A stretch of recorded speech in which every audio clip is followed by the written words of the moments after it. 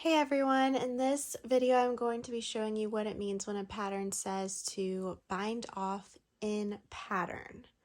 So I am about to bind off this little shirt that I'm knitting, working the bind off at the hem, and I'm going to be binding off in a 1x1 rib pattern, so a knit one, purl one. But this will apply to any kind of in pattern bind off that you need to do. So if you're unfamiliar with a standard bind off, I'm just going to show that to you very quickly and then undo it and show you how to bind off in pattern, because you kind of combine that technique with the pattern you're already working. So as a foundation, you do need to know how to do that standard bind off.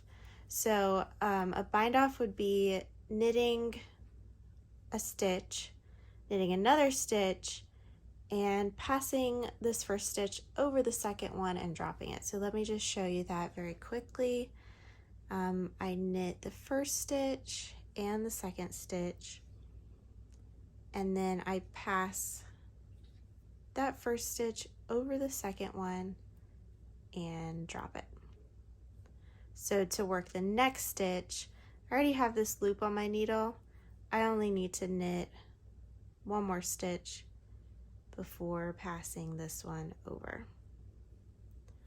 So that is a standard bind off. I'm going to undo this and then show you how to work that standard bind off in pattern. Okay, I'm starting over, and like I said, I've been working a knit one, purl one rib. So that is the pattern I want to bind off in. It makes it a little stretchier than just a standard knit bind off, but it also looks very uniform. You can see that's what I did here. So let's get started. None of these stitches over here on your right needle matter for this part. So I don't really need a stitch marker because when I get back here, I'll only have one stitch left. So my first stitch is a knit stitch and the next one is a purl. So to start this bind off, I need to work both of those stitches. Knit one, purl one, and then I will pass the first stitch over the second one. And let me show you a little bit closer. You just insert your left needle into that first stitch. It can be a little bit tricky. And pass it over that first one and drop it. Now my next stitch is a knit. So I will knit that one and do the same pass over thing here. If you are struggling to do this with your needle, you can absolutely just use your fingers. Grab that stitch and pull it over.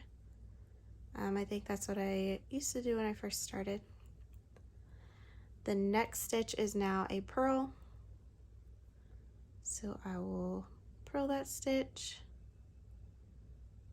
pass this one over, knit the next one, pass it over, and you can see the pattern that I'm working in.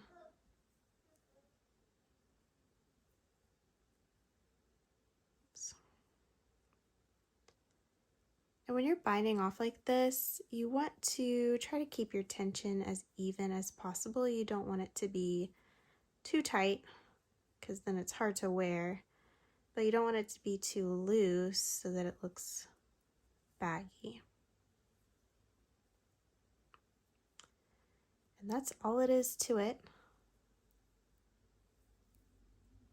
I am going to bind off this whole round of stitches, and then I'll show you what to do at the end. I'm at the end and it's raining outside, like pouring, so I apologize if you can hear that, but I'm just going to quickly show you how to finish this part and like connect the end to the beginning.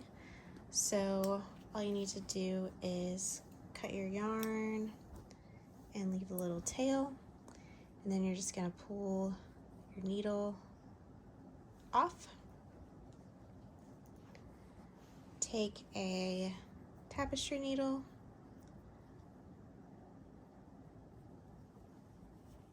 and you can see there's like a little gap here. So I am going to create like a faux stitch in between the last stitch here and the first one. So just find the top of that first stitch, thread the needle through it like that, pull it out, and then come back to this stitch here, okay, this one, and only go in the back leg of it here.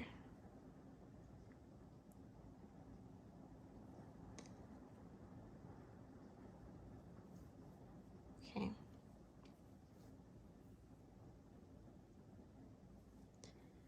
And tighten it up so that it looks uniform with the other stitches. And then you just weave in this end on the back. So I will usually, there's still kind of a little bit of a hole right here, so I'll usually just try to close that up. And then continue weaving this end in. I'm not very good at weaving in ends. So I won't make you watch all of this, but yeah, that is how you finish your bind off there. You wouldn't really be able to see it if you didn't know it was there. So that's my favorite way to finish up the bind off.